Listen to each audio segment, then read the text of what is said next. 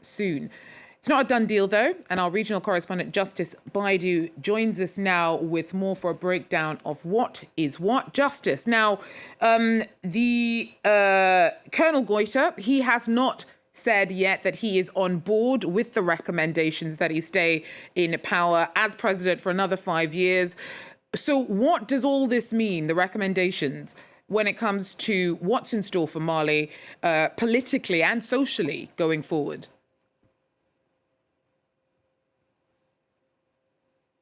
What is in store is what really to look forward to over the next 5 years. If you look at Goïta's record since 2020, when he first took power, he seems to be someone who is really interested in holding on to the power that he has. If you go back to 2021, he reluctantly gave up to the transitional team that was to return the country to democratic rule, and then immediately took back power himself and has been holding on till right from then.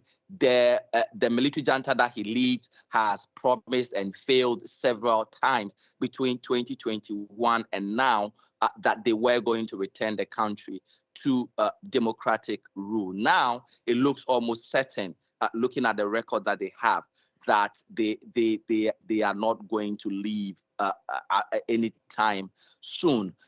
If you look on the ground, not just in Mali, but across the West African sub-region, opinions are sharply divided on what these military juntas, like the ones that are in Mali, mean for governance generally across the sub-region.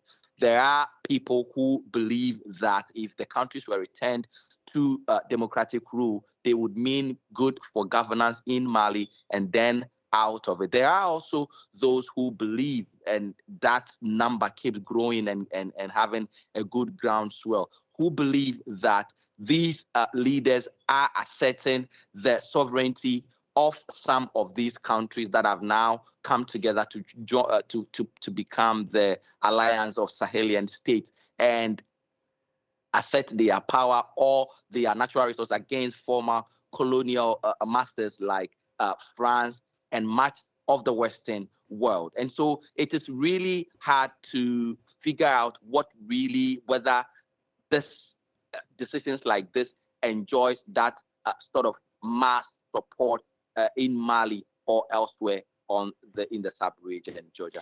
Now, one of the other recommendations from the National Dialogue that has caused a lot of concern amongst rights activists is this suggestion that no need for political parties. Have they given any actual justification for why they think this might be a good idea? That hasn't been answered yet. The sense that I get from a lot of the dissenting voices on the ground is that this is the government the military leadership is taking this decision to sort of quell any sort of dissent or any sort of opposition that would stand in their way in implementing some of the hardline decisions that they have started implementing. Much of it is taking the country away from former leaders like France and taking it more towards alliances with countries like Russia, but changing it's not just the relationship with Western states that's being affected by this. How is this likely to affect relationships in the region? You know, Ghana itself, the new Prime Minister,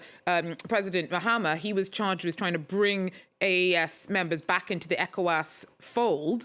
Is this likely to make that job any easier? Not at all. In fact, this that had happened now is likely to deal a big blow to efforts by not just President Mahama, but ECOWAS that has been trying to woo these Sahelian states back into the union, because the pushback that has come against efforts by the Ghanaian leadership to bring these countries back into the ECOWAS is being that sort of democratic countries like Ghana, Nigeria, Ivory Coast allowing countries that are now led by military leadership and have taken power through coup d'etats would serve as a motivation for other nations where there's also a groundswell of support for military takeovers.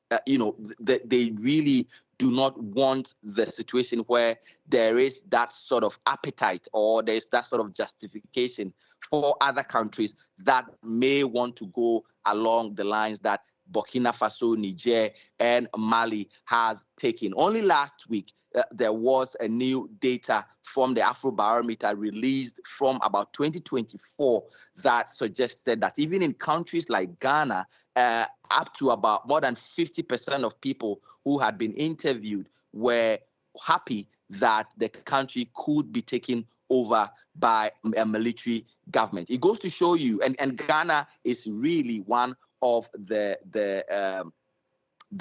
examples of good democracies across not just West Africa but across Africa. And so if these are the sentiments on the ground in countries like Ghana, it tells you that what the sentiments would be in the several of the other West African countries. And so it makes the work difficult. Ghana's a different situation because when that poll was conducted, it was under a different government, and as far as I understand it, there was a lot of frustration with the government prior to John Mahama's currently. But thank you so much, though, for giving us an insight into the implications of those recommendations from Mali's national dialogue, both within the country itself and within the region. Our regional correspondent there, Justice Baldoo, giving us a bit of a breakdown from Accra.